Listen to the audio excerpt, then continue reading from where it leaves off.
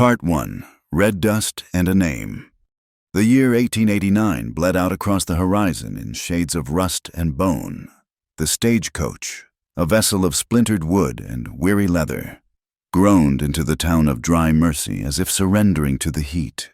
It wasn't a town that offered mercy, dry or otherwise. It was a place wedged between a thirsty prairie and a forgotten desert, a scar on the land where the wind tasted of sweat and the grit of a river long since turned to dust. Law here was as thin as the peeling paint on the saloon sign, which swung on one hinge, whispering promises it couldn't keep. From this vessel stepped Eleanor Bell, who called herself Nora. She was a ghost of the East, her traveling dress the color of a faded sky, now powdered in the ubiquitous red dust that clung to everything. It was in the air, on the unpainted storefronts, and in the wary eyes of the few people who bothered to watch her arrival. She carried a single, heavy carpet bag and a smaller leather satchel that held the tools of her intended trade: tinctures, balms, and clean-rolled bandages. In her late 20s, Nora's face held the quiet intelligence of a scholar, but her eyes, the color of moss after a rain, held the guarded stillness of a hunted animal. She had come here not for fortune, but for obscurity, a place where a woman's past could be ground down to dust just like the riverbed. Her goal was simple, born from the wreckage of a life she'd escaped. She sought an honest living, a quiet peace. She would practice the healing arts her mother and a kind, elderly doctor had taught her, and perhaps, if the town allowed it, she would teach the children their letters. It was a small dream, but it was hers, forged in the silence of a flight from a gilded cage. She was a woman grown in mind, but untouched by the intimacies others took for granted, a consequence of escaping a nominal marriage before it could become a binding reality. That part of her history was a brand she kept hidden, knowing how this world twisted the truth of a woman's circumstances. The whispers started before her feet were steady on the ground. A woman alone, no husband, no brother. The way she held her chin, a little too high for a newcomer. The town's collective mind, bored and suspicious, began to weave its narrative. Runaway wife, brought bad luck with her. The red dust was not just in the air. It was the very essence of the prejudice that settled upon her instantly. She ignored the stairs and secured the rental of the only available dwelling, a dilapidated wooden cabin on the absolute fringe of town. Little more than a shack. The landlord, a roomy-eyed man named Miller, was only too happy to take her money for a place no one else wanted. It stood alone, hunched against the wind, its back to the sprawling, silent expanse of Hart Mesa. It was this location, more than anything, that sealed her fate. For the cabin squatted ambiguously on the surveyed, but unenforced, boundary of Cole Hart's land. Cole Hart saw her from a ridge on his property, a silhouette against the glaring sun. He saw the stagecoach deposit its lone passenger and watched as she made her way to the old Miller shack. A stranger, a woman, right on his line. It was a trinity of complications he had no time for. In his early 30s, Cole was built like the land he worked, broad, solid, and weathered by elements both seen and unseen. He lived a solitary existence on Hart Mesa, his only real companions the cattle he ran and the ghosts of a past that haunted the canyons. His purpose was as stark and immediate as Nora's was quiet and hopeful to keep his land and his water. Specifically, the hollow well, a deep, reliable spring that was the lifeblood of his ranch. Especially now, with the drought tightening its fist around the territory. The well was more than water. It was a promise, and a penance for an old ambush on a wagon train he'd scouted years ago, a memory of dust, gunfire, and a failure he could never outride. He had learned then, in blood and loss, that attachments were liabilities and strangers brought trouble. His gaze narrowed. He'd already seen Silas Pike's men nosing around his southern fence lines. Pike was a cattle baron with an appetite for land and power, a man who saw the drought not as a hardship, but as an opportunity to squeeze out smaller ranchers like Cole and seize control of the only sure water for 50 miles. The arrival of this woman, planting herself on his border, felt like another piece moving on a board he didn't control. He turned his horse, spurring it back toward his ranch house, a grim set to his jaw. He would watch. He would wait. He didn't trust the East, and he didn't trust people who ran from things. Nora, oblivious to the scrutiny, spent the day making the cabin habitable. She swept out layers of dust and sand, chased out a family of scorpions, and patched a hole in the floor with a loose plank. It was meager, but the four walls represented a sovereignty she had never known. As dusk fell, painting the sky in violent purples and oranges, she sat on the stoop, eating a dry biscuit and watching the vast, empty landscape that was now her home. The loneliness was a physical presence, but it was a clean loneliness, preferable to the suffocating kind she had known before. The change in the weather came without warning. The air, which had been still and baking, grew heavy and electric. The sky darkened not with clouds of rain, but with a roiling wall of brown. A dust storm. It wasn't the gentle, swirling dust she had grown accustomed to. This was a physical assault, a monstrous, howling entity that descended upon Dry Mercy with the fury of a vengeful god. Nora scrambled inside, jamming a wedge of wood under the ill-fitting door. The wind shrieked through the cracks in the cabin walls. Sand and dirt forced their way through every seam, a fine, suffocating powder that filled the air and coated her tongue. The small cabin shuddered, its old timbers groaning in protest. Through the single dirty window, the world had vanished, replaced by a churning, opaque maelstrom of red. From his porch 2 miles away, Cole Hart watched the storm devour the prairie. He'd seen 100 like it, and he knew their power. His house was built of stone and thick timber, anchored to the earth. The miller's shack was a stack of kindling. He thought of the woman, a flicker of something that wasn't quite concern but wasn't indifference either. It was the pragmatism of the frontier. A person, even an unwelcome one, was a life, and life was fragile out here. Then he saw it, or rather, he saw it cease to be. One moment, the faint, boxy outline of the cabin was a shadow in the storm. The next, it sagged, one side collapsing inward as if punched by a giant, invisible fist. A curse ripped from his throat, low and guttural. He pulled his hat down low, wrapped a kerchief over his nose and mouth, and strode into the maelstrom. It was a fool's errand, but the code he lived by, however buried under layers of solitude and suspicion, demanded it. You didn't let someone die on your land. It was bad for the soul, and worse for the property value. He found the cabin half demolished.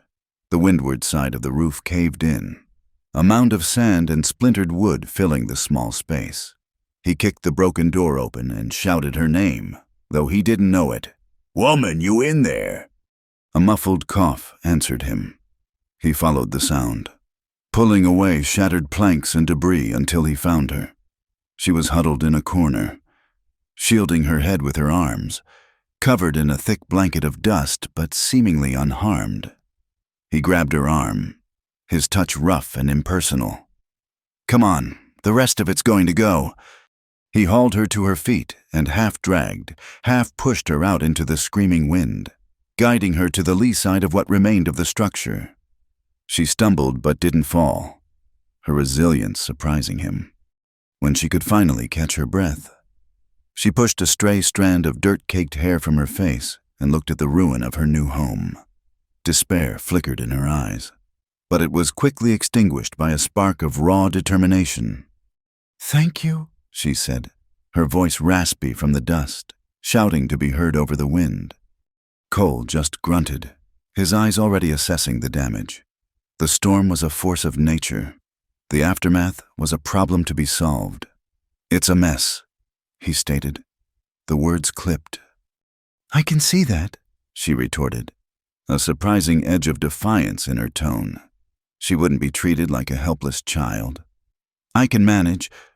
A dry, humorless sound that might have been a laugh escaped him. "Looks like you were managing just fine." He gestured with his chin toward the collapsed roof. A flush rose on her cheeks, visible even through the grime. She straightened her back, refusing to be cowed. "My name is Nora Bell." He gave a curt nod. "Cole Hart, this is my land you're on." The statement was flat, a fact, not a threat, but the implication hung in the air between them. "You are my problem now." The storm began to abate as quickly as it had arrived, the wind's shriek diminishing to a low moan. A bruised, orange light filtered through the thinning dust. The world reemerged, transformed and coated in a fresh layer of red. Nora looked at the sky, then at her broken shelter, then at the broad-shouldered man standing before her. His face was unreadable, a mask of dust and stoicism. "I paid Mr. Miller for the lease," she said, her voice steady. "The boundary line." "Miller's a fool who'd sell the sky if he could find a buyer." Cole cut in, his patience clearly thin. "The line is where I say it is." He didn't wait for a reply. He walked back to the wreckage and began pulling larger pieces of the collapsed roof away. He worked with an efficient, powerful grace, his movements economical and sure.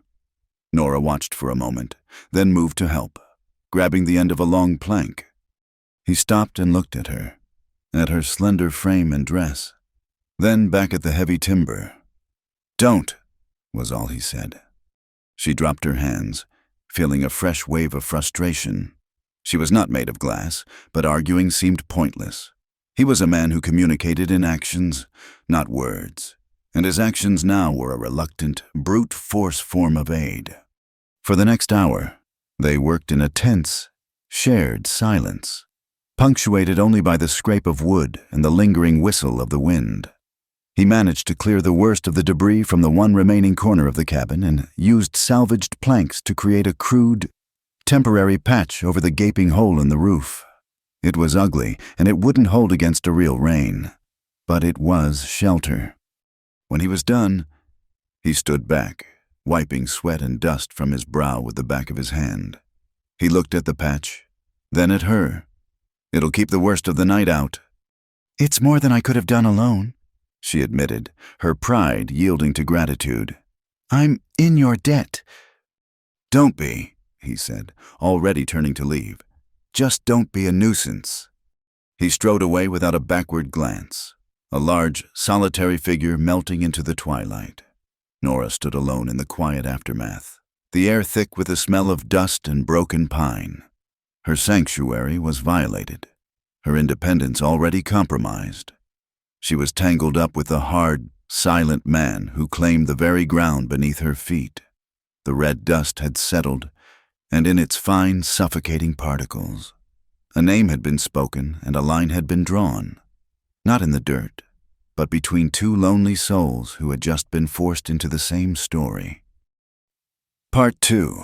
Hands That Know How to Sew. In the days that followed the storm, an uneasy truce settled over the edge of Hart Mesa. Nora worked tirelessly, transforming the patched-up shack from a wreck into a refuge. She used salvaged crates for a table and shelves, scrubbed the floorboards until the raw pine scent overpowered the dust, and hung a clean, if threadbare, blanket over the doorway for privacy. Cole Hart kept his distance. He saw the smoke from her cook fire in the mornings and the flicker of her lamp at night. He told himself it was just vigilance, a rancher keeping an eye on his borders. But a part of him, a part he refused to acknowledge, was watching the stubborn flicker of life she had brought to a place long abandoned. The town of Dry Mercy continued its own quiet watch. Nora's trips for supplies were met with silence and sideways glances. Whispers followed her like her own shadow. Stories spun from ignorance and suspicion. She was a fallen woman, a bad omen who'd brought the dust storm with her. She ignored them, her face a mask of polite neutrality. She had endured worse than whispers. Her chance to prove her worth, or at least her use, came on a blisteringly hot afternoon. A scream, thin and terrified, cut through the oppressive silence.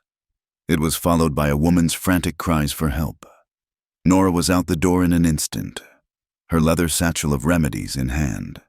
She ran toward the sound, which came from the Abernathy homestead, a small, struggling patch of land not far from her own.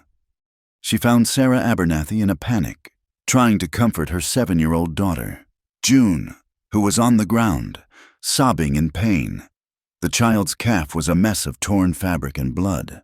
A gaunt, half-wild dog, likely driven mad by thirst and hunger, was being chased off by Mr. Abernathy with a shovel. "Let me see," Nora said, her voice calm and steady as she knelt beside the crying child. Sarah Abernathy looked up, her eyes wide with fear and distrust. "She needs a doctor. The nearest is a day's ride in Cutter Creek," Nora replied gently, already pulling clean linen from her bag. "And this won't wait. I can help, please." There was an authority in her voice, a quiet competence that cut through the mother's panic. Sarah hesitated for only a moment before nodding, desperation winning out over prejudice. Nora worked quickly. She cleaned the wound with a carbolic solution that made the child hiss in pain, but which Nora knew would stave off infection. The bite was deep, a ragged tear in the muscle. "Hold her still for me," she instructed the mother.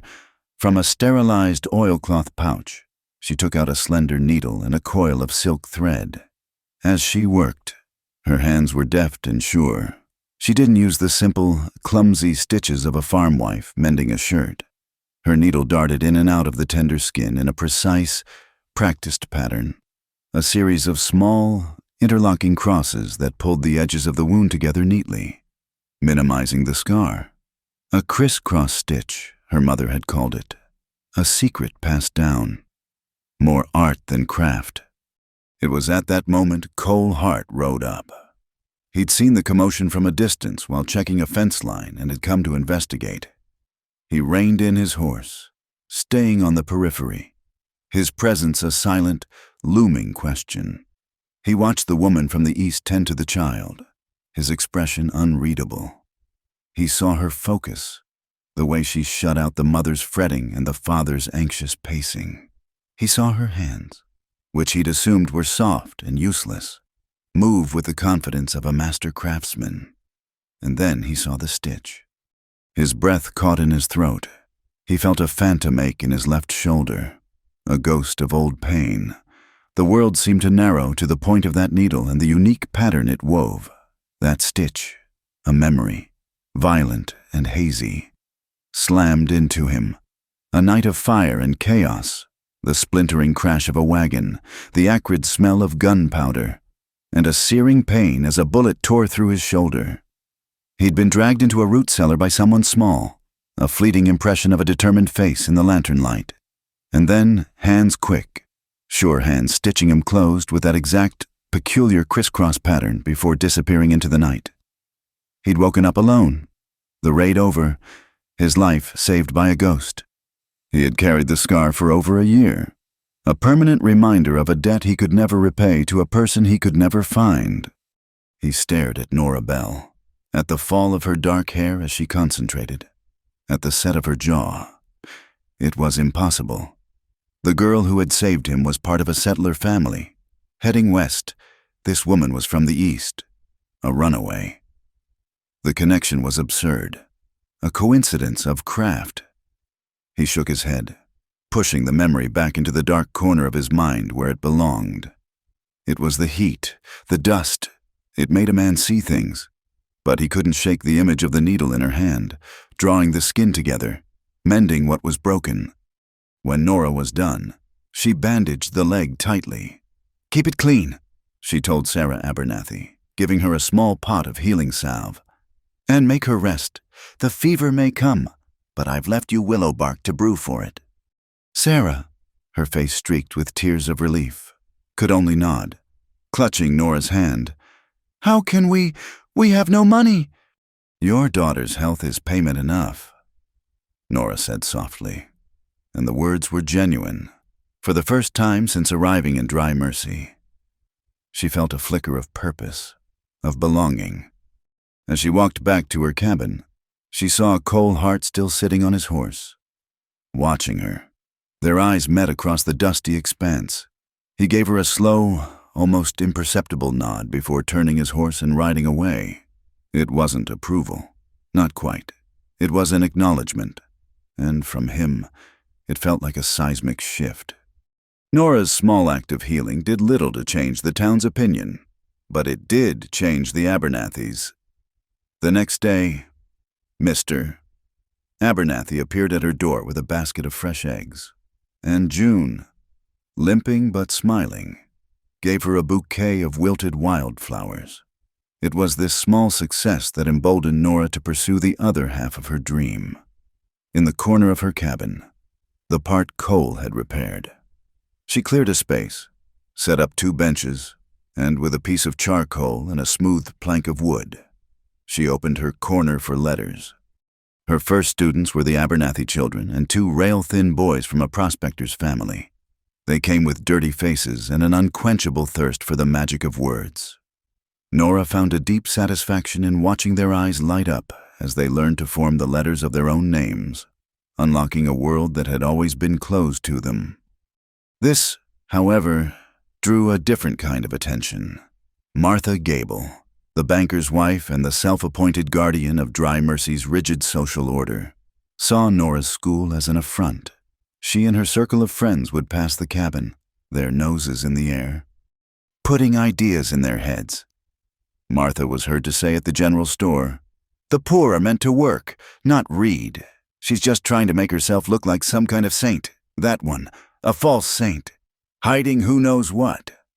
The red dust of rumor was stirred again, now laced with the venom of class prejudice. While Nora fought her quiet battles of healing and teaching, Cole fought his own. The drought was worsening. The grass on his land was turning from gold to brown, and the air was thick with the threat of prairie fires. The hollow well became his singular focus. He rode its perimeter daily, checking for any sign of tampering. It was on one of these rides that he saw them, 2 men on horseback, watching the well from a distant bluff. One was a hired hand he vaguely recognized from Pike's Rocking Pea Ranch. The other was Dane Crow. Crow was a man who cast a long shadow, a gun for hire with cold, empty eyes and a reputation that preceded him. His presence here was no coincidence. It was a clear and deliberate message from Silas Pike.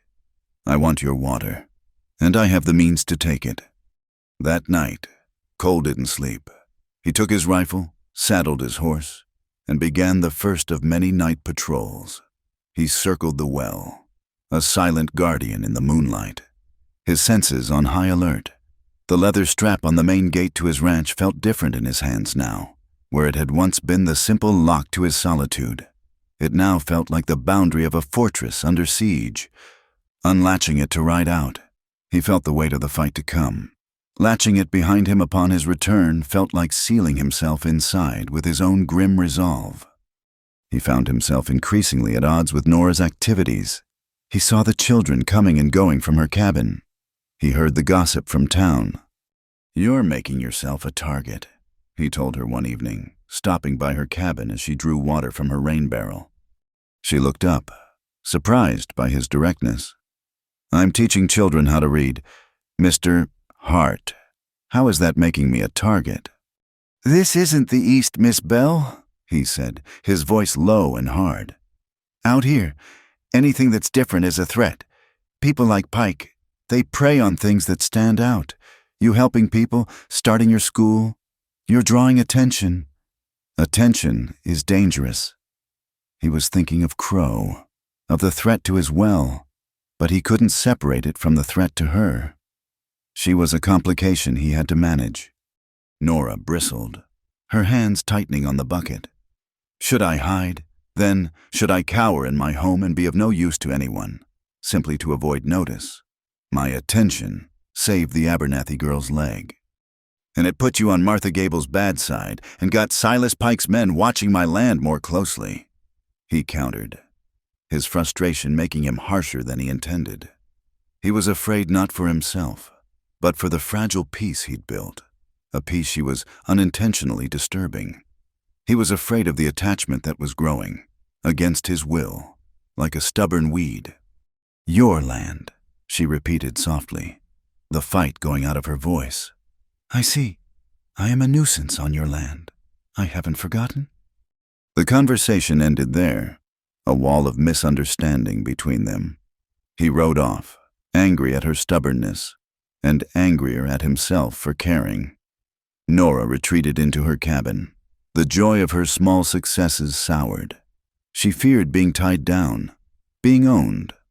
But Cole's words touched on a different fear that her very existence, her desire to do good, was a danger to the one person who had shown her a sliver of grudging kindness. A few nights later, that kindness was put to the test. Word reached her, via young Tom Abernathy, that old Jedediah, a prospector who lived a hermit's life in the Rocky Hills, had taken a bad fall. The boy said he was in a bad way, his arm broken. No one else would go. Jedediah was considered half-mad and was known to greet visitors with the barrel of a shotgun. Nora didn't hesitate. Her fear of being a burden was eclipsed by her duty as a healer. After darkness fell, she packed a satchel with splints, bandages, and a bottle of laudanum for the pain. She slipped out of her cabin, a ghost in the moonlight, and began the long, treacherous walk into the hills. The prairie was a different creature at night, alive with the rustles and calls of unseen animals. She clutched her satchel tightly, her senses straining in the darkness. She never saw the rider. He was perched on a ridge above her, a motionless silhouette against the star-dusted sky. Dane Crow watched her small figure move across the landscape, his expression impassive. He had been tasked by Pike to watch the woman, to learn her habits, to find a weakness. He noted her path, her destination, the fact that she was alone and unprotected. He stayed until she disappeared into the rocks. Then he turned his horse, a cold, predatory smile touching his lips in the dark. The false saint had a weakness after all. She couldn't stop herself from trying to save people. And, in a place like Dry Mercy, that was the most dangerous weakness of all. Part 3. A Law for the Well. A Fire from the Sky. The sun became a merciless white eye in the sky. The drought, once a creeping worry, was now a tyrant. It baked the land until the prairie grass shattered under a horse's hoof and the earth itself split into a web of deep, thirsty cracks. The riverbed was a ribbon of pale stones and bleached animal bones. One morning, the pulley on the town well, a stone-lined pit that had served Dry Mercy for a generation, brought up a bucket of nothing but thick, foul-smelling mud. A collective groan of despair went through the small crowd gathered there. The heart of the town had stopped beating. Panic, a dry and brittle thing, began to set in, but all eyes, resentful and desperate, turned toward Heart Mesa. Everyone knew about the hollow well. It was fed by a deep, ancient aquifer, indifferent to the whims of the seasons. It was Cole Hart's water, his private ocean in a sea of dust, and he guarded it jealously. Nora saw the desperation in the faces of her students' parents. She saw the Abernathy's small garden wither, saw the gauntness of their milk cow. Her compassion was not a feeling but an imperative, a force that pushed her to act. That evening, she walked the 2 miles to Cole's ranch house. It was the first time she had approached his home, a solid, defensible structure of stone and timber that seemed to have grown from the mesa itself. He met her on the porch, rifle held loosely in one hand, his posture a wall of suspicion. "Miss Bell." "Mr. Hart," she began, refusing to be intimidated. "The town well is dry." "I know," he said. The words were flat, offering nothing. "The people have nothing. The children, they're getting sick. Their animals are dying." "It's a hard season," he stated, as if discussing the weather. But she saw the tension in his jaw, the way his eyes scanned the parched landscape behind her. "You have water," she said, her voice quiet but firm. "More than enough." A muscle in his cheek twitched. "The hollow well is on my land. It keeps my cattle alive. It's mine." I'm not saying it isn't, she pressed, taking a step closer. But to let people go without, to let children suffer when you have the means to help, that isn't survival. It's cruelty. He was silent for a long moment, his gaze locked on hers. He was a man cornered, not by a threat, but by a truth he didn't want to face. His solitude was a shield, his resources a fortress. She was asking him to lower the drawbridge. If I open the well, Pike will see it as weakness. He'll use it. He'll rile people up, claim I owe them, try to stake a legal claim. Then don't just open it, control it, she countered, her mind already working, forming a plan. We make a law, a well law, just for the drought, a ration for every family with children, for those with small homesteads, not the big ranches, not Pike, just enough to survive. I can keep a ledger, we can set a schedule. It would be an act of charity, not a surrender of your rights. He stared at her, a flicker of grudging admiration in his eyes. She wasn't just bleeding heart, she was a strategist. She had given him away to help without losing everything. The thought of his well, his sanctuary, being overrun with people grated on every solitary instinct he had. But the image of the Abernathy girl's face, pale and pinched with thirst, rose in his mind. He thought of the debt he carried, the life he felt he didn't deserve to have. Perhaps this was a small, bitter way to begin to pay it back. 1 bucket a day for families with children, he said, his voice a low growl of resignation. Half a bucket for single homesteaders. They come between sunup and mid-morning. That's it. You manage it. Any trouble, and I shut it down for good. It was more than she had hoped for. Thank you, Cole, she said, the use of his first name slipping out, natural and unbidden. He didn't correct her. The next day, Nora posted a notice in the center of town. A crude board was erected near the well, and she began her ledger, writing each family's name down in her neat, Eastern script. The relief among the small homesteaders was palpable. They came with their buckets, their faces full of a gratitude that was a balm to Nora's soul. But for every grateful homesteader, there was a resentful ranch hand or a surly townsman who watched the proceedings with narrowed eyes. Silas Pike did exactly as Cole had predicted. He didn't come himself, but his poison dripped from the lips of his men in the saloon. Hearts gone soft, one of them sneered over a glass of whiskey. Letting that quack schoolmarm from back east tell him what to do. Giving away water while our cattle are on the verge of dying. How long before her pet families are taking 2 buckets instead of 1? She's playing him for a fool, and all of us with him. The whispers grew louder. The red dust of prejudice, which had settled on Nora upon her arrival, was stirred into a choking cloud once more. She was an outsider, a meddler, a woman who didn't know her place, making rules for a resource she had no claim to. The conflict with nature, too, grew more intense. The heat was a physical weight, and the sky remained a hard, unforgiving blue. A haze of smoke was a permanent fixture on the southern horizon, the ghost of a distant prairie fire. At night, the sky would often fill with clouds, but they were a cruel mockery. Dry thunderstorms would roll across the plains, lighting up the landscape with spectacular forks of lightning and shaking the ground with thunder, but not a single drop of rain would fall. They were storms of fire, not water. It was during this tense, waiting period that Nora had her encounter with Dane Crow. She had been walking along the dry creek bed, searching for the hardy herbs that grew deep in the sandy soil, their roots reaching for whatever moisture remained. It was a place of ghosts, the ghost of water, the ghost of the life that had once thrived there. He seemed to materialize from the shimmering heat haze, his horse blocking the narrow path.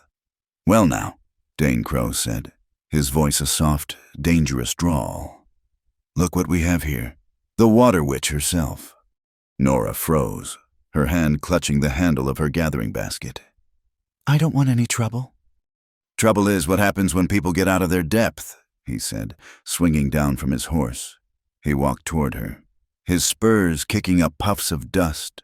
He was lean and coiled, a rattlesnake in human form. "This little creek bed is all dried up, just like this town will be. Once Mr. Pike owns all the water, and everything in it." His meaning was clear. He took another step, invading her space, his shadow falling over her. "Maybe you should think about packing up that little school of yours and heading back where you came from. This isn't a place for saints." "I'm not a saint," Nora said, her voice trembling slightly, but her gaze was defiant. "And I'm not leaving." "That might not be your choice to make." "The hell it isn't." The voice came from the creek bank above them. Cole Hart stood there, his face thunderous. He must have been riding the fence line and seen them. He moved with a speed that was terrifying, sliding down the sandy bank and putting himself between Nora and Crow in the 2 long strides. "This is between me and the lady." "Hart!" Crow sneered, his hand dropping casually toward the pistol on his hip. "She's on my land," Cole said, his voice lethally soft. "That makes it between you and me." It happened in a blur. Crow went for his gun, but Cole was faster. He didn't draw. He lunged, his fist connecting with Crow's jaw in a sickening crack of bone. The gunman staggered back, spitting blood, and came up swinging. It was a short, brutal exchange. Cole was stronger, but Crow was quicker and fought dirtier. He drove a knee into Cole's side, and as Cole grunted in pain, Crow swung a wild punch. Cole blocked it with his left arm, and a sharp, tearing agony shot through his shoulder, the old wound, the scar tissue giving way under the strain. He ignored it, channeling the pain into fury. He grabbed Crow by the shirt front and threw him to the ground, landing a final, definitive punch that left the hired gun dazed and gasping. "Get off my land," Cole snarled, standing over him, his chest heaving. "And if I ever see you near her again, I'll finish this." Crow pushed himself up, wiping a smear of blood from his lips. He gave Cole a look of pure hatred, then glanced at Nora, a silent promise of future retribution in his cold eyes. He collected his horse and rode off without another word. Cole stood for a moment, his back to Nora, breathing heavily. "Are you all right?" she asked, her voice shaky. He turned, and she saw him favor his left arm. He tried to hide the wince of pain, but she saw it. "I'm fine." "You're not," she insisted, stepping forward. "Your shoulder." "I said I'm fine, woman," he snapped, his pride and pain making him harsh. He strode to his horse, mounted with a barely suppressed groan, and galloped away, leaving her alone in the silent, sun-beaten creek bed.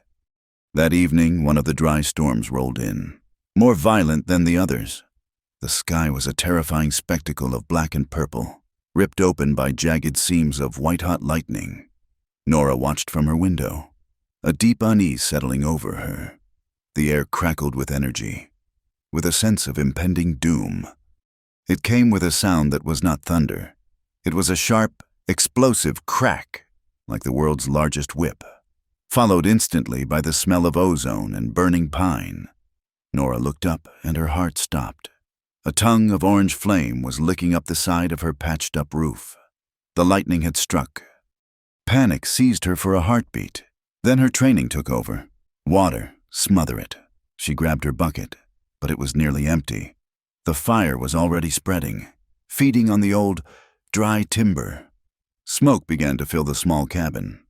Suddenly, the door was kicked in, and Cole was there, his face grim, silhouetted against the strobing flashes of lightning. "Get out!" he yelled, grabbing her arm. "My things," she cried, trying to pull away. "My satchel." He didn't hesitate. He pushed her out into the relative safety of the night and plunged back into the thickening smoke. She saw him ignore her meager personal belongings, ignore the trunk that held her past. He went straight for the corner where she kept her medicines, the carefully labeled bottles, the jars of salves, the rolls of clean bandages. He scooped the heavy leather satchel and a wooden crate of supplies into his arms.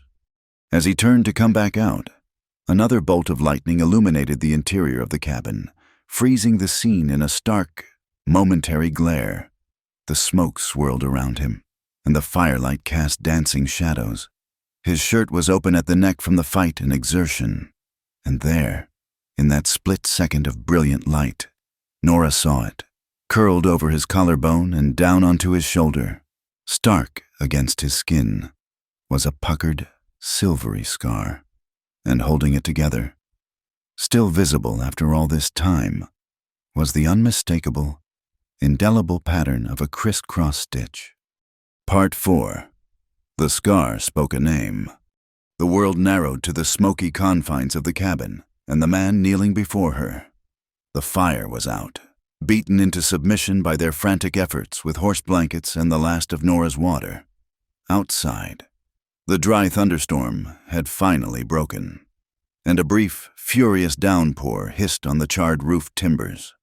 A cruel joke from the heavens. They were both soot-stained, breathless, and soaked. "Your shoulder," Nora said, her voice raspy. It wasn't a question.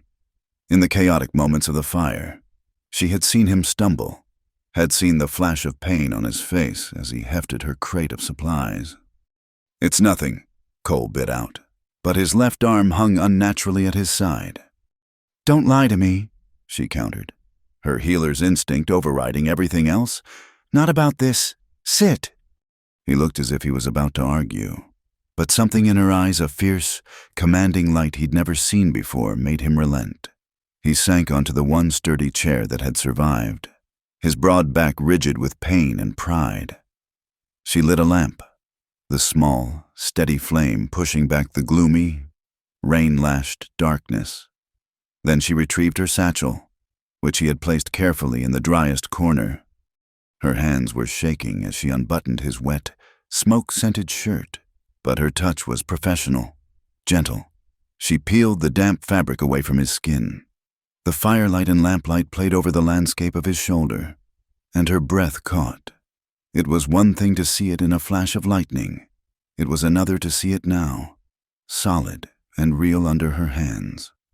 The old scar was a pale, silvery map of a past she had desperately tried to outrun.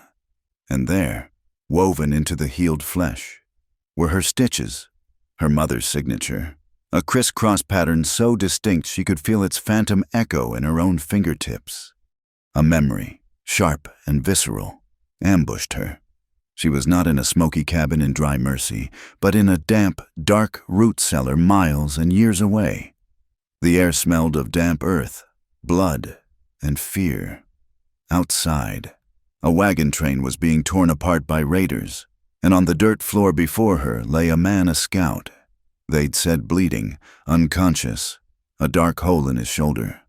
She, barely more than a girl then, armed with her mother's sewing kit and a desperate courage, had pushed a needle through his skin, her hands guided by a memory of lessons in a quiet eastern parlor.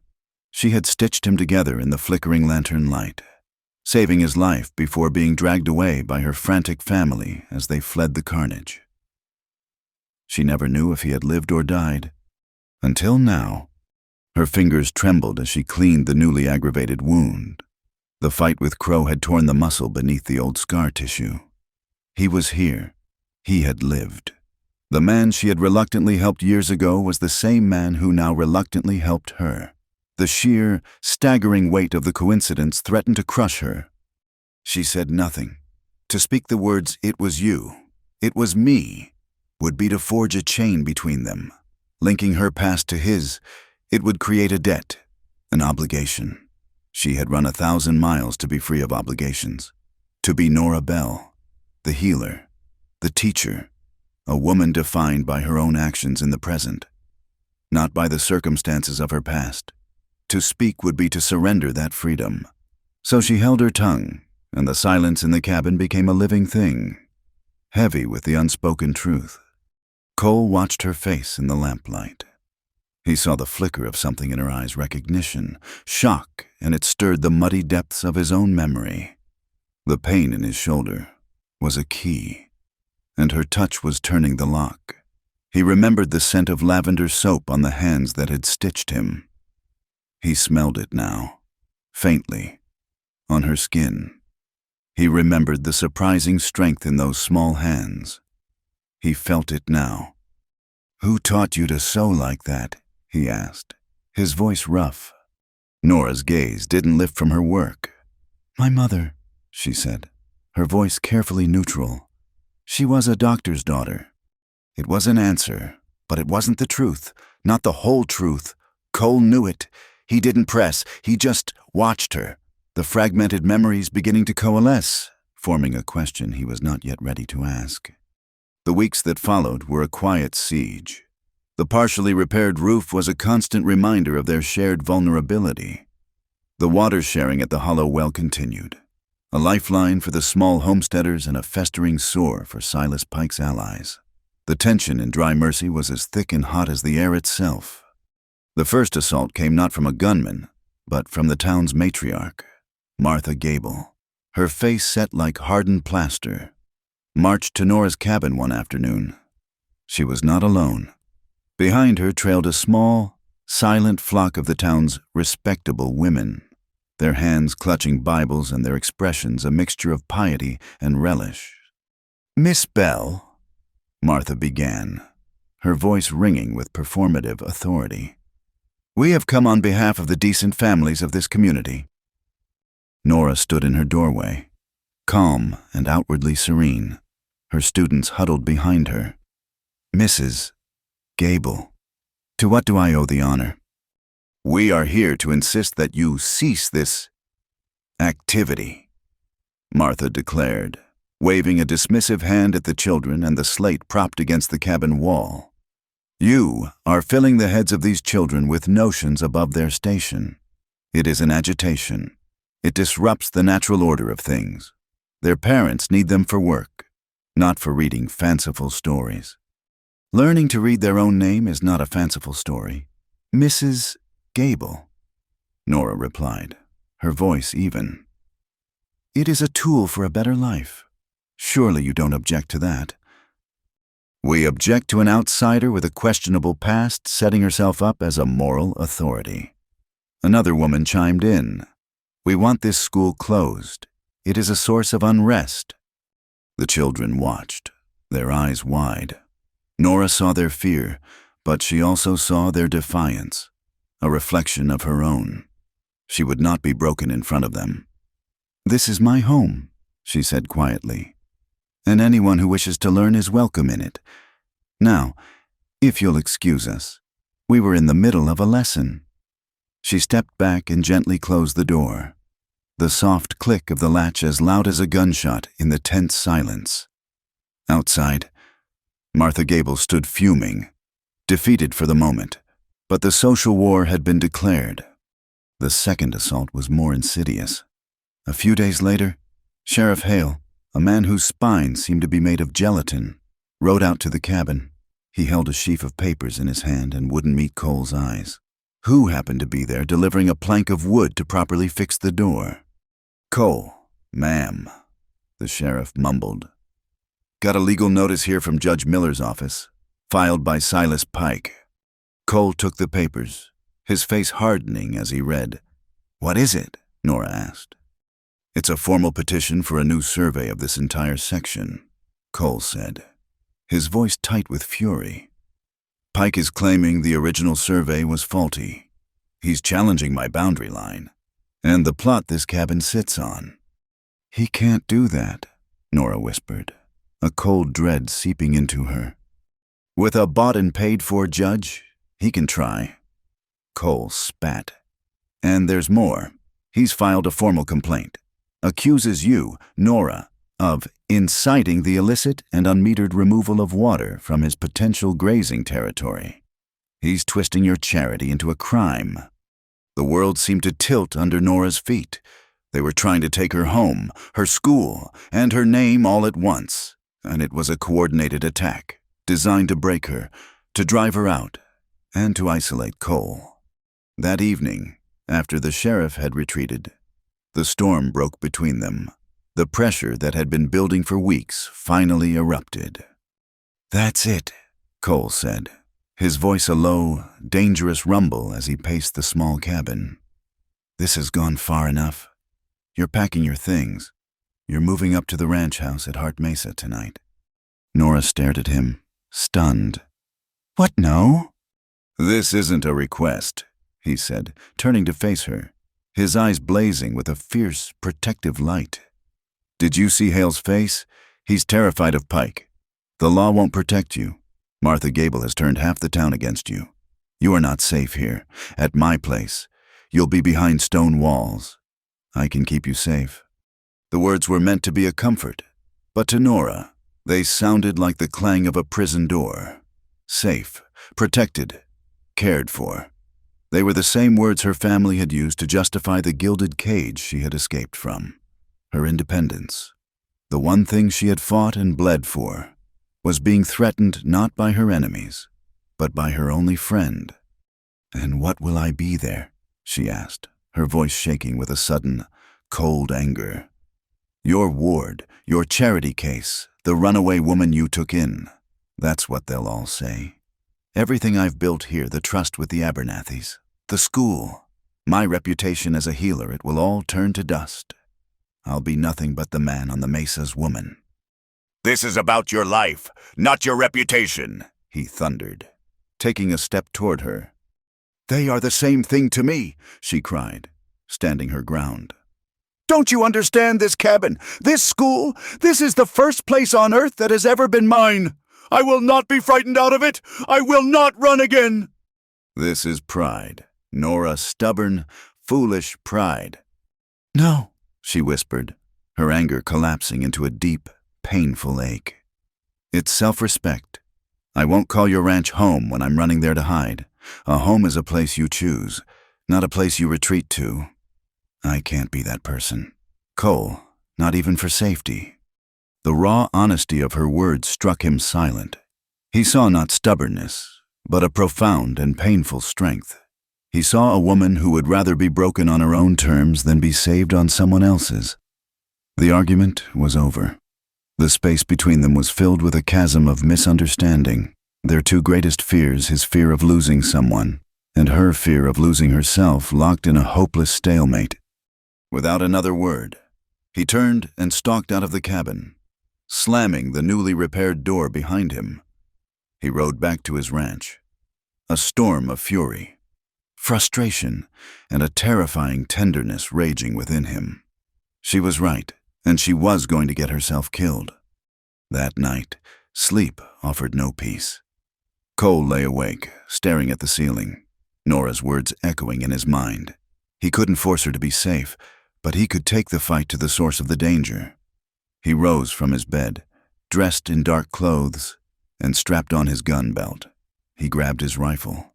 If Pike's men were using the darkness to get close to his well, to his land, to her, then he would use the darkness to meet them. He moved like a phantom across his own land, the moon hidden behind a thin veil of clouds. He tethered his horse in a gully and approached the hollow well on foot. The air was still and cold. The only sound was the crunch of his boots on the dry ground. He circled the stone perimeter of the well, his eyes scanning for any sign of disturbance. And then he saw them, near a cluster of rocks, partially scuffed but still clear in a patch of fine dust, were fresh tracks, 2 sets of them. Not his, they were recent. Whoever made them was close. He knelt, his senses on high alert, the rifle held at the ready. He was no longer the protector. He was the hunter. A twig snapped in the darkness to his left. He froze, melting back into the shadow of a large boulder. He held his breath, listening. The silence that followed was absolute, unnatural. Then, from the ridge above him, came the sharp, deafening crack of a rifle, echoing across the silent mesa and ripping the night in two. Part 5. Careful, Darlin. That's where you live now. The gunshot's echo died, leaving behind a ringing silence that was more terrifying than the noise itself. Nora stood frozen in her cabin, her heart a frantic drum against her ribs. She didn't know how much time passed seconds or an eternity before she saw a shadow detach itself from the deeper shadows of the night. Cole stumbled through her doorway, not with a fatal wound, but with a stiff, limping gait. He pushed the door shut behind him and leaned against it, his breath coming in ragged bursts. A dark, wet line creased the thick fabric of his trousers along his right thigh, a shallow but bleeding furrow. "You're hurt," she breathed, rushing forward. "It's a scratch," he growled, waving her off, but he didn't protest when she guided him to the chair. A lucky shot in the dark, or a bad one, depends on how you look at it. "Who was it?" Couldn't see, fired back where the flash came from, and they scattered. He looked at her, his eyes dark and serious in the lamplight. "This wasn't a warning for me. Nora, not just for me. It was for us, for the well, for everything you're doing." She said nothing, her hands already at work. She fetched clean water and linen, her movements precise and automatic. As she knelt to clean the wound, a long, angry graze from the bullet, the cabin was filled with a tense silence. The attack had shattered the fragile peace, proving the true nature of the threat they faced. Pike wasn't just using lawyers and gossips anymore. When the wound was clean and bandaged, she looked up at him. "You shouldn't have been out there alone." "And you shouldn't be here alone," he countered, his voice low and strained. "This is what I was talking about. This is what happens." A deep weariness settled over her, heavier than the smoke and rain. And what would you have me do? Cole vanish. Every time I have ever run from a threat, it has only followed me. For once in my life, I will not run. I will stand. He looked down at her, at the fierce determination in her soot-stained face, and something in his own tightly guarded heart gave way. The fight wasn't just about his land anymore. It hadn't been for a long time. "Why?" he asked, the word raw. "Why this place? Why stay where you're not wanted, where you're in danger?" She sat back on her heels, her work done. "Because it's the first place that has felt real. The work is real. The children's smiles are real. Even the danger is real. It's not a polite fiction, a life lived behind curtains." She paused, then met his gaze directly. "And you, why do you stay? You could sell this land to Pike for a fortune and be 1,000 miles away from this drought and this trouble." His face shuddered, the old mask of the solitary rancher falling back into place. "This land is mine. It's more than that," she said softly, seeing the ghost of pain in his eyes. "The scar on your shoulder, it's not just a wound, is it? It's a chain. It holds you here." He was silent for a long time, the only sound the soft patter of the dying rain on the roof. "I was a scout," he finally said, his voice barely a whisper. "For a wagon train, supposed to be the best. I knew the routes, the water holes, the risks. I led them into an ambush. It was my fault." He stared at the far wall, seeing a past she could only imagine. They were good people, families, like the Abernathys. I was the expert they trusted. The raid? It was a slaughter. I took a bullet and was left for dead, but I didn't die. I was the only one who didn't. His words hung in the air, heavy with a survivor's guilt so profound it was a physical presence. Someone found me, pulled me into a cellar, stitched me up in the dark. When I came to, everyone was gone. I carry that scar to remember that I'm living a life that was bought with theirs.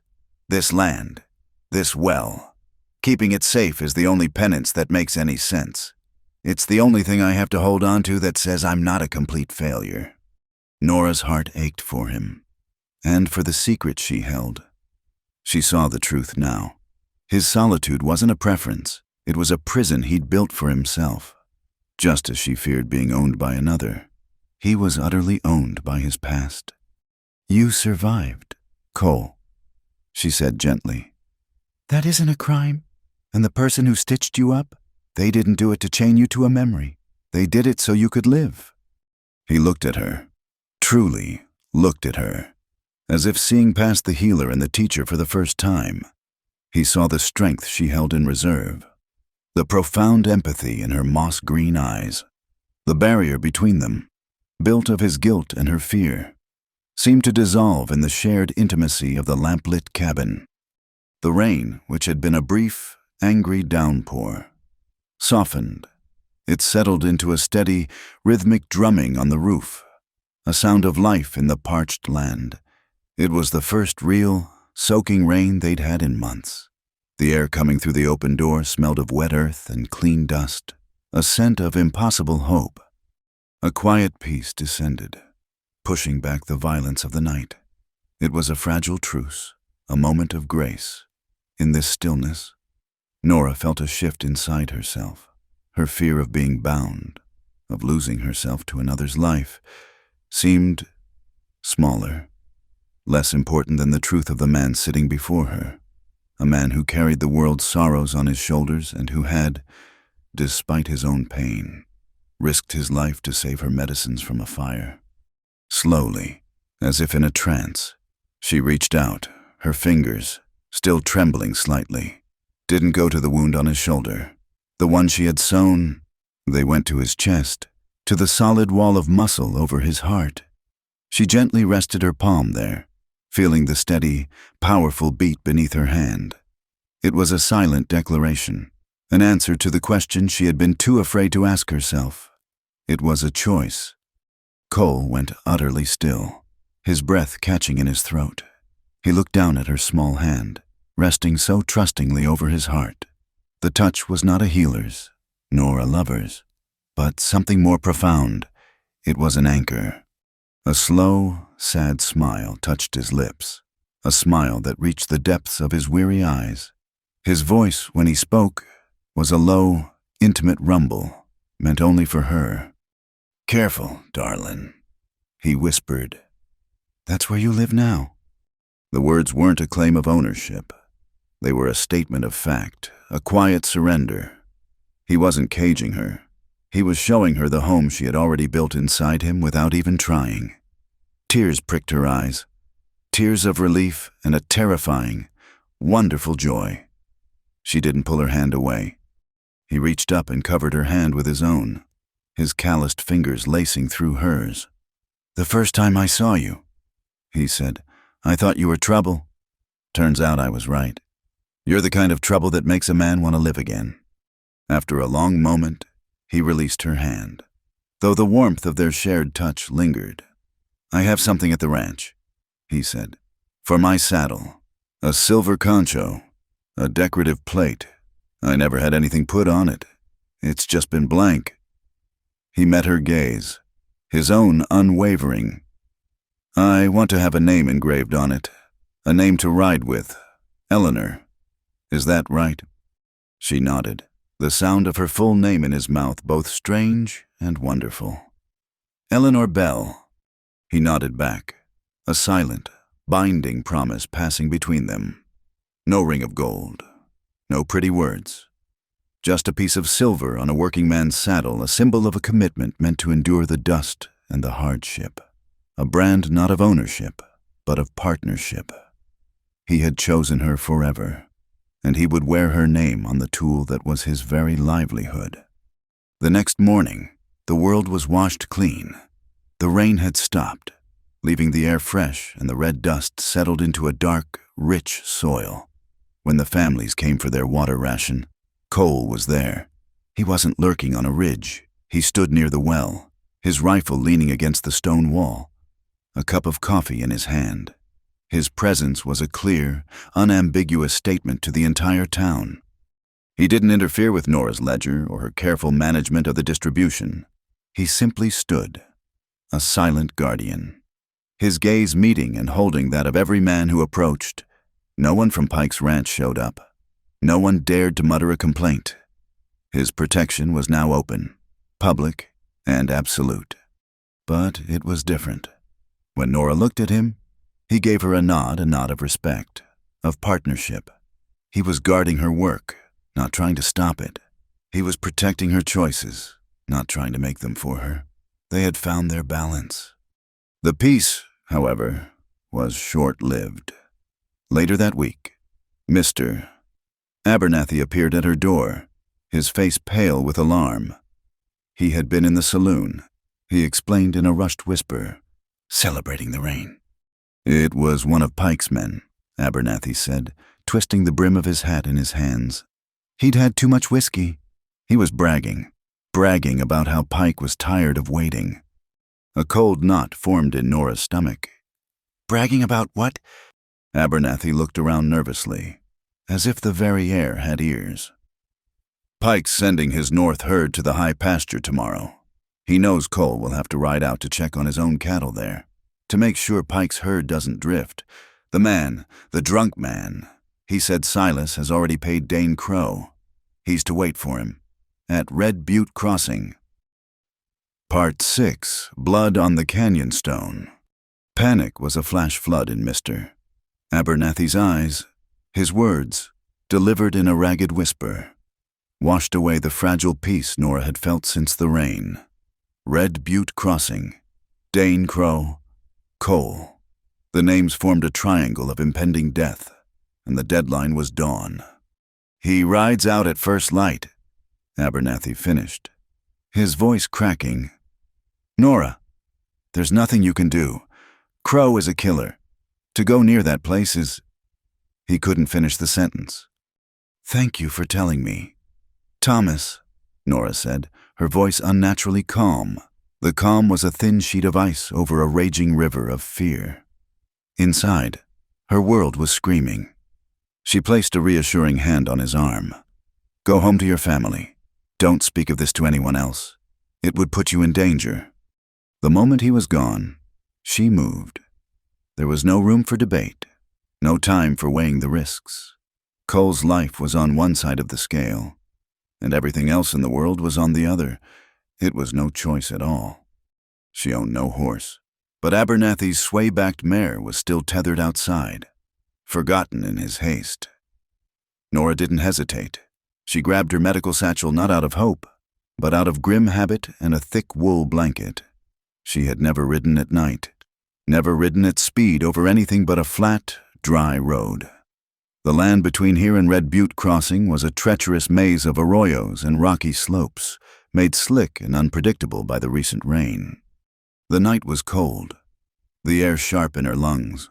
The moon was a sliver, offering little more than a ghostly outline to the hulking shapes of the landscape. The mare was slow and uncertain, stumbling on the rain-softened ground. Nora urged her on, her quiet words a desperate prayer. Faster, please, faster! Every shadow became a threat, every gust of wind the sound of a pursuer. The terrain grew more difficult as she left the open prairie and entered the rolling foothills that led to the canyons. She guided the mare down the slippery banks of a washout, the horse's breath pluming in the frigid air, its hooves sucking at the mud. The cold seeped through her dress and into her bones, but she barely felt it. Her entire being was focused on a single point on a map she had only ever heard described a narrow pass between two towering red rock formations. Time became her enemy. The stars began to fade in the east, the black sky softening to a deep, bruised purple. Dawn was coming. A sob of frustration and terror caught in her throat. She was too slow. She was going to be too late. She pushed the mare harder, ignoring the animal's groans of protest, her own fear a spur digging into her soul. She thought of Cole's rare smile, of the feel of her hand over his heart, of the quiet promise in his voice. That's where you live now. The memory was a fire in the frozen landscape of her fear, a burning coal that propelled her forward. A rock slide, dislodged by the rain, blocked the main trail. She had to backtrack, wasting precious minutes, her panic cresting into a wave of nausea. She found a narrow, winding game trail that seemed to head in the right direction, a treacherous path barely wide enough for the horse. Branches clawed at her face and hair, and loose stones skittered away into the darkness below. She was no longer a healer or a teacher. She was a raw nerve, a desperate creature running a race against a bullet.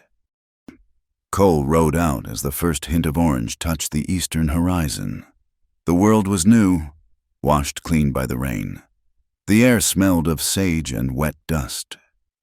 He was alert, his senses sharp, but his mind was not on an ambush. He was thinking of the petition for the new survey, of Silas Pike's legal machinations. He was thinking of the way Nora had stood up to him, of her fierce independence. He touched the plain silver concho on his saddle, the one he would take to the smithy in Cutter Creek. Eleanor. The name felt solid, real. He approached Red Butte Crossing with the ingrained caution of a man who had survived this land his whole life. It was a natural choke point, a place where the wide-open prairie was funneled into a narrow passage between towering stone walls, a perfect place for a trap. His rifle was loose in its scabbard, his eyes scanning the ridges above, searching for any unnatural shape, any flicker of movement. The morning was still, the only sound the clip-clop of his horse's hooves and the creak of his saddle leather. High above, nestled in a crevice that gave him a perfect view of the trail below, Dane Crow was patient. He had been there for hours, a motionless predator. His rifle was resting on a stable rock, the barrel cool against his cheek. He had watched the sky lighten, had seen the lone rider approach. He smiled. It was all going exactly as Pike had paid for. Easy money. He settled the rifle stock against his shoulder, took a slow breath, and placed his finger on the trigger. He centered the sight on the broad chest of the man below. Nora came over the final ridge and saw it. The pass, and below, a single rider moving steadily toward it. Cole! Her heart leaped into her throat. He was 50 yards from the entrance, maybe less. She looked frantically at the canyon walls, her eyes searching, desperate. And then she saw it. Not a man, not a rifle, but a single, blinding flash of light, the rising sun glinting off a piece of metal, a gun barrel or a buckle, high up on the eastern ridge. There was no time to shout a warning that would make sense. No time to get to him. He was in the kill zone. All her fear, all her desperation, coalesced into a single, insane act of love. She kicked the exhausted mare with all her strength, sending the horse scrambling out from the cover of the rocks and into the open, directly in Cole's line of sight. "Cole!" she screamed, her voice tearing through the morning silence. She waved her arms wildly over her head, making herself the largest, most unavoidable target she could. "Look out!" Cole's head snapped up, his expression a mask of confusion at the sight of her, a wild apparition on a beat-down horse. His body reacted before his mind could, his survival instincts taking over. The sudden, frantic movement on his flank caused him to instinctively check his horse and duck his head, a lifetime of caution making him swerve at the unexpected. It was that single, reflexive motion that saved his life. High above, Dane Crow cursed. The woman had appeared from nowhere, ruining his perfect shot. He adjusted his aim in a split second, but his target had moved. The bullet, meant for Cole's heart, instead sang through the space where his head had been a moment before. Nora saw the puff of smoke from the ridge an instant before she felt the impact. It was not a sharp pain, but a massive, brutal shove, as if a fist had slammed into her left arm. The force of it knocked her sideways off the stumbling mare. She hit the ground hard, the world dissolving into a kaleidoscope of red rock, blue sky, and a searing, white-hot agony that erupted in her shoulder. Cole saw her fall. For one eternal second, the world went silent and cold. He saw the way her body crumpled, the unnatural angle of her fall, and in that second, the quiet, solitary rancher was burned away, leaving behind something cold, hard, and utterly lethal. A pure, incandescent rage unlike anything he had ever known consumed him. He vaulted from his saddle before his horse had even stopped moving. Pulling his rifle free, he didn't need to pinpoint Crow's location. The puff of smoke had given him everything he needed. He dropped to one knee, bringing the rifle to his shoulder in a single, fluid motion. Crow. Seeing his first shot miss and his target now armed and moving, worked the bolt of his rifle to chamber another round. He was fast, but Cole was fueled by a fury that was faster than conscious thought. Cole fired. Once. The rifle bucked against his shoulder. The sound of the shot was flat and final. High up on the ridge, the figure of Dane Crow stood up from behind the rock, a look of surprise on his face. He took one step forward into empty air and then fell, tumbling down the rocky slope in a boneless, silent descent. Silence returned to the canyon, thick and heavy. 100 yards away, a man in a fine coat, who had been watching the proceedings from the relative safety of a further ridge, swore viciously. Silas Pike saw his hired gun fall, saw his plan disintegrate. He yanked the reins of his horse and galloped away, disappearing back the way he had come. Cole didn't even notice him. His entire world had shrunk to the small, still form lying on the ground. He ran to Nora, his heart hammering against his ribs. She was conscious, her face pale as milk, her teeth gritted against the pain. There was a dark, spreading stain on the sleeve of her dress, just below the shoulder. "Nora," he breathed, his voice rough with a terror that dwarfed any he had ever felt for himself. It missed you," she whispered, her eyes fluttering. "Stay with me," he commanded, his hands already at work, tearing the fabric of her sleeve away. The bullet had gone clean through the fleshy part of her upper arm. It was a terrible wound, bleeding freely, but it could have been so much worse. He pressed his hand against it to stanch the flow, his touch surprisingly gentle. He worked with grim efficiency, using a clean kerchief from his saddlebag and strips torn from his own shirt to create a pressure bandage. As he tied it off, his gaze fell on his saddle. A single drop of Nora's blood had spattered onto the silver concho, a tiny crimson star next to the spot where her name was meant to be. The sight of it sent another jolt of fury and a profound, aching tenderness through him. Their commitment, not yet spoken, had been sealed in blood. He lifted her as if she weighed nothing, his movements careful and sure, as he cradled her against his chest, her head lolling against his shoulder. They heard the sound of approaching horses. It was Sheriff Hale, with Abernathy and 2 other homesteaders right behind him, all armed. "Cole," the sheriff called out, his eyes wide, taking in the scene Nora wounded in Cole's arms, the still body of Dane Crow lying at the base of the cliff. "Pike," Cole said, his voice flat and cold as iron. "He ran that way. He hired Crow to kill me. Ask Abernathy. He's your witness." For the first time in his life, Sheriff Hale looked like a lawman. He saw the proof of the crime before him, and the righteous anger of the men with him. He nodded, his jaw set. "We'll get him." He and the posse thundered past, in pursuit of the fleeing cattle baron. Cole paid them no mind. He mounted his horse, settling Nora in front of him, her body cradled against his. He wrapped the wool blanket she'd brought tightly around her and turned his horse back toward Dry Mercy. The ride back was a slow, deliberate procession. As they neared the edge of town, people began to emerge from their homes, drawn by the sight of the posse riding out and now by this silent, grim return. They saw Cole Hart, the solitary man from the mesa, a man they had whispered about and feared in equal measure. They saw him holding the woman they had scorned, the outsider, her head resting on his chest, his face a mask of fierce, protective agony. The whispers died in their throats. They saw the blood on her arm, the blood on his saddle. The story was written there for all to see, clearer than any words in a newspaper.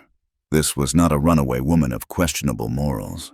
This was a woman who had ridden into the teeth of death for the man she loved.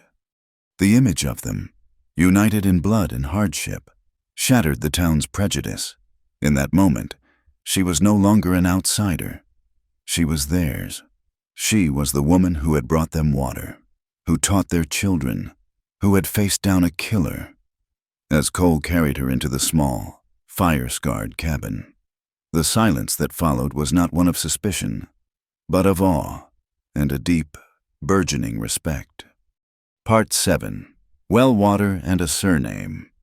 The fever came on the second day. A dry, insidious heat that rose from the wound in Nora's arm and consumed her. The clean passage of the bullet had been a mercy, but the dirt of the canyon, ground into the fabric of her dress and into the open wound itself, was a poison. She drifted in and out of a hazy, pain-filled world, her moments of lucidity brief and clouded. Cole Hart became the sole inhabitant of that world. The fierce, vengeful man from Red Butte Crossing vanished, replaced by a quiet, desperate guardian. He did not leave her side. The vastness of Hart Mesa, his cattle, his fences, all of it ceased to exist. His universe shrank to the four walls of the fire-scarred cabin and the woman lying pale and still on the narrow cot. He moved with a clumsy tenderness that was heartbreaking to witness. His large, calloused hands, so adept at handling rope and iron, became instruments of delicate care. He bathed her forehead with cool, damp cloths, his touch as light as he could make it.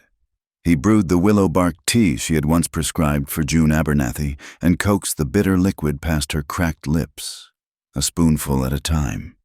He sat for hours on a rickety stool beside her, his rifle leaning against the wall, a silent sentinel watching not for external threats, but for the invisible enemy that fought for her life from within.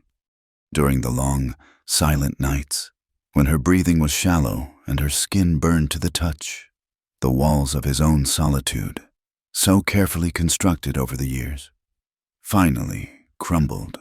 He found himself speaking to her, his voice a low, rough murmur in the darkness, filling the silence because he could not bear it. He didn't speak of the present, of the danger they were in. He spoke of the past, of a life he had never shared with a living soul. "There was a dog," he whispered one night, watching the faint rise and fall of her chest in the lamplight. "A scruffy little mutt followed me home when I was about 10. My father said we couldn't afford to feed another mouth. I hid him in the barn for a week. Fed him scraps from my own plate, called him Buck." He paused, a faint, sad smile touching his lips. "Father found out, of course. He didn't say a word, just started leaving a little extra in the scrap bucket every night. Buck was the best cattle dog I ever saw." He told her about learning to track from a Shoshone man who had worked on his father's ranch, about the first time he'd seen the mountains and felt impossibly small, about a winter so cold the river froze solid enough to ride a horse across. He spoke of his mother, a quiet, strong woman who smelled of yeast and sunshine, who had died when he was 16, taking the heart out of their home. He unburdened himself of the small, simple memories that form a life, offering them to her as if they were medicine, as if he could pull her back from the fevered haze with the sheer weight of his own history. The town, for its part, was undergoing a quiet revolution. The story of Red Butte Crossing had spread like a prairie fire. The image of Cole carrying the wounded Nora back from the canyon had become an instant, powerful legend. The whispers of suspicion were replaced by murmurs of awe. People began to come, not with accusations, but with offerings. Sarah Abernathy was the first. She appeared at the door, her face etched with worry, and pressed a covered basket into Cole's hands. "It's broth," she said quietly, "and fresh bread. For her." She didn't ask to come in, didn't intrude. It was a gesture of profound respect. Others followed. The prospector whose boys Nora taught left a small pouch of coffee beans on the step. The blacksmith's wife left a jar of preserved peaches. They were small gifts, but they were everything. They were an apology, an acceptance, and a thank you. Sarah Abernathy returned daily, a silent partner in Cole's vigil. She would sit with Nora while Cole stretched his legs, her presence a quiet, female comfort in the tense cabin. She brought letters. "They're from the families," she explained to Cole, her voice thick with emotion. They wanted her to know. When Nora's fever finally broke, late on the 5th night, she woke to the sound of Cole's voice. He was sitting in the chair, his head bowed in exhaustion, reading aloud from a piece of smudged paper. "And my boy Tom can write his name now," he read, his voice rough. "He writes it in the dirt all day long. You gave him that, Miss Bell. You gave him a piece of the world. We are praying for you. Your friends, the Abernathys." Nora's eyes fluttered open. "Cole," she whispered, her voice a dry rasp. His head snapped up, and the look of pure, unadulterated relief on his face was the most beautiful thing she had ever seen. He was beside her in an instant, pressing a cup of cool water to her lips. Her recovery was slow, but the community's support was a powerful tonic. The hollow well, once a point of contention, became a symbol of their new unity. By the time Nora was strong enough to sit outside in the sun, a town meeting had been held. With Silas Pike gone, a new order was taking shape. They formed a community council to manage the town's resources through the remainder of the drought. Their first official act was to formalize the water-sharing agreement, and unanimously, they voted that the official ledger, the record of their shared survival, would be kept by Nora Bell. She was no longer just a healer. She was the town's conscience. Justice, in the end, came swiftly. Sheriff Hale, spurred by the community's newfound courage and the undeniable evidence of Crow's body, had led the posse that ran Silas Pike to ground 30 miles away. The district judge, a stern but fair man from Cutter Creek, was brought in to preside over the trial, with Thomas Abernathy's testimony about the saloon bragging, Cole's account of the ambush, and the mountain of legal documents Pike had filed to fraudulently seize the land. The outcome was never in doubt. Silas Pike was found guilty on all counts: conspiracy, attempted seizure of property, and the hiring of a known killer. His vast landholdings were hit with crippling fines, a portion of which was awarded to the town of Dry Mercy to repair and deepen the public well. The false survey was thrown out, and Cole Hart's original boundary lines were reaffirmed as ironclad in the county record. The reign of the cattle baron was over. The law, once thin as peeling paint, had been given substance by the will of the people. A few weeks later, when Nora could walk without dizziness and her arm was healing cleanly in a sling, Cole came to her as she sat watching her students, now a dozen strong, practice their letters outside the cabin. He stood before her for a moment, turning his hat in his hands, a gesture of uncertainty she found incredibly endearing. "The papers are finalized," he said. "From the county clerk. The land is secure. Hart Mesa it's safe." "That's good news, Cole," she said softly. He knelt before her, so their eyes were level. "Nora," he began, his voice low and serious. "I've been thinking about what a home is. You said it was a place you choose, not a place you run to. You were right. Hart Mesa, it's just a name on a map, a pile of stones and a lot of dirt. It's not a home, not without you." He took a deep breath. "I don't want you to be the woman who lives on my land. I want the land to be ours." I went to the clerk's office. I had him draw up a new deed. Hart Mesa, owned by Cole Hart and Eleanor Bell, jointly as equal partners, in everything. It was the most profound proposal she could have ever imagined. Not of marriage, but of a shared life, a shared name on the land itself. It was an offering of complete equality, a testament to how deeply he had understood her fear of being possessed. Tears welled in her eyes, but she did not say yes. Not yet. She looked at the children, her children, tracing letters in the dirt. She looked at the cabin, her cabin, the place she had made her stand. "There is one more thing," she said, her voice steady despite the emotion that threatened to overwhelm her. "This cabin, this school, the town council has been kind, but it has no official standing. I want it recognized. I want the Miller Shack officially deeded to the town of Dry Mercy to be its first schoolhouse, with a small salary for a teacher, funded by the fines Pike paid. When my work has a permanent home, when these children's future is as secure as the land boundaries, then we will sign our names to that deed for Heart Mesa, together." A slow smile spread across Cole's face, a smile of pure admiration and love. She wasn't abandoning her purpose. She was weaving it into the very fabric of their future. "It seems we're in the business of building a town, not just a life," he said. "All right, Eleanor Bell, we'll get it done." He stood up and offered her his hand. She took it, and he pulled her gently to her feet.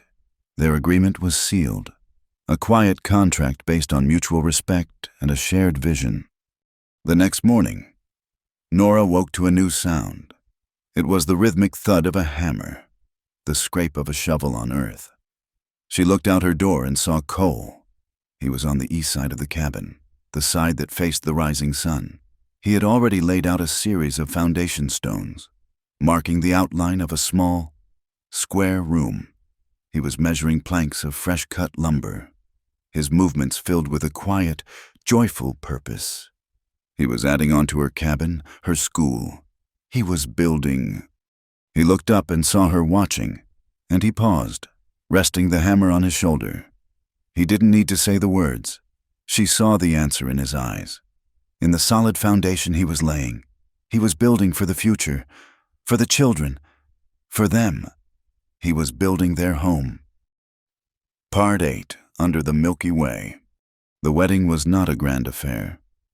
It was a thing of substance, like the land itself, held on the wide, sturdy porch of the Heart Mesa ranch house in the golden light of a late autumn afternoon. The sky was a vast, cloudless blue, and a gentle breeze carried the scent of cured grass and distant pine. The whole of Dry Mercy was there, their faces scrubbed, their Sunday best a little worn, but worn with pride. They had come not as suspicious onlookers, but as family. The Abernathys and the other homesteaders, whose children now proudly read the signs on the general store, brought pies and freshly baked bread. The blacksmith, a man of few words, had forged a simple, elegant pair of iron candlesticks as a gift. Even Sheriff Hale, standing taller than anyone had ever seen him, offered a quiet, heartfelt congratulations. A traveling fiddler, his way paid by a collection from the town, played tunes that were more heartfelt than polished, the music weaving through the murmur of happy conversation. Nora stood beside Cole, her hand resting in the crook of his arm. She wore a simple dress of deep blue cotton, the color of the sky at dusk, a gift from the women of the town who had pooled their resources to order the fabric from a catalog. Her arm, now healed, bore only a faint, silvery scar, a reminder not of pain, but of a choice she would make again in a heartbeat. Cole looked uncomfortable but deeply content in a new shirt and string tie. He stood solid and unwavering beside her, his presence a quiet promise of steadfastness. When the circuit preacher, his voice raspy from the trail, asked them to say their vows, they did not recite flowery poetry. They spoke simple words, plain and true. Their gazes locked on each other. They made their promises not just to God and each other, but to the community that had become the bedrock of their lives. In the midst of the quiet celebration that followed, a hesitant figure approached them. It was Martha Gable, her husband trailing nervously behind her. Her face, usually a mask of rigid disapproval, was softened by an unfamiliar uncertainty. Mrs. Hart, she began, stumbling over the new name. Eleanor, I wanted to say—" She took a shaky breath, her gloved hands twisting the handle of her purse. "I was mistaken about you. About many things. You have a strength, a goodness, that I did not see. This town is better for you being in it. I hope you can accept my apology." Nora looked at the woman who had caused her so much grief and saw not an enemy, but another soul shaped by the harshness of the frontier, her fear manifesting as judgment. Nora offered her a small, genuine smile. "Thank you, Martha. That means a great deal. The past is dust. Today is for new beginnings. Relief washed over Martha's face. She gave a stiff, formal nod. But it was a nod of peace. As she stepped away, another, much smaller figure took her place. It was young June Abernathy, her leg now completely healed, with only a faint, neatly stitched scar as a souvenir. She shyly held out a handful of wildflowers, purple asters, and yellow goldenrod tied with a piece of twine. "For you, Miss Nora," she said, then corrected herself with a wide grin. "Mrs. Hart." Nora knelt down to the child's level, her heart swelling. She accepted the small, wilting bouquet as if it were the finest in the world. "They're beautiful. June, thank you." This gift, more than any other, was the true measure of her new life. Later, as twilight bled across the horizon, the last of the guests departed, their well wishes echoing in the cooling air. The porch was empty now, save for the two of them. The fiddler had left his instrument, and Cole picked it up, plucking a few discordant notes before setting it down with a chuckle. The dishes had been cleared away by the townswomen, the leftover food sent home with families who needed it most. A profound and peaceful silence settled over Hart Mesa. The sky deepened to an impossible indigo, and the stars began to appear. First a few, then hundreds, then thousands, until the Milky Way blazed across the heavens, a river of shimmering, celestial dust. It was a sight of such immense, silent majesty that it made all human troubles seem small and fleeting. They sat together on the top step of the porch, not speaking, simply sharing the immensity of the night. Hanging from a sturdy peg by the front door was Cole's saddle. The newly polished silver concho caught the faint starlight, and on its surface, a name was now visible, engraved in a simple, clear script. Eleanor. Nora reached out, her fingers tracing the letters of her own name. It felt solid, permanent. It was not a brand of ownership, but a declaration of partnership, a name to ride with, a name to come home to. She felt the weight of that simple, beautiful commitment settle into her soul, not as a burden, but as an anchor. Cole watched her. Then, slowly, deliberately, he raised his own hand. He didn't touch the concho. Instead, he laid his palm over the old, familiar scar on his shoulder, the one her hands had twice mended. It no longer ached with the ghosts of guilt and failure. It was simply a part of him, a map of the winding, violent road that had, against all odds, led him here, to her. It was a mark of survival, and now a mark of salvation. He covered her hand on the saddle with his free one, their fingers intertwining. The vast, silent prairie stretched out before them, bathed in the cool, silvery light of a billion stars. "Our home is here," he whispered, his voice a low rumble that was part of the night itself. She leaned her head against his shoulder, the one her hands had healed, and looked up at the river of stars. "Yes," she breathed. "It is." It was not a happily ever after. It was something deeper, richer, and more real. It was a peace earned through fire and drought, through blood and forgiveness. It was the quiet, sturdy reality of a life to be lived, not in solitude, but in shared purpose. In the years that followed, the new room on the side of the Miller Shack, now the official Dry Mercy schoolhouse, was filled with the sounds of learning. Nora started a journal, not of personal thoughts, but a meticulous record of herbal remedies, of practical medicine for the frontier, and of her teaching methods. Her correspondence grew, as women from others small, struggling towns wrote to her. Having heard the story of the healer teacher of Dry Mercy, she would write back late into the night, sharing her knowledge freely, planting seeds of hope and progress across the territory. The hollow well became more than a water source. It became a legend, a story told around campfires of how a town on the brink of collapse saved itself not with guns, but with a ledger and a law based on fairness. The community council thrived, and Dry Mercy, once a place of dust and suspicion, became known as a town that looked after its own. Cole and Nora Hart lived their lives not in grand, heroic gestures, but in the steady rhythm of daily work and quiet devotion. They were two people who had once been defined by what they had lost and what they had fled. Now, together, under the vast and watchful sky of the West, they were defined by what they had built, by the lives they had mended, and by the love that had taken root in the most unforgiving of soil. They were simply and profoundly living right. Thank you for listening to this story. Let us know in the comments where you are listening from to connect and share your thoughts. Please subscribe to our channel, Wild West Night, like the video, and give it an extra boost by hitting the hype button so this story can be heard by more people.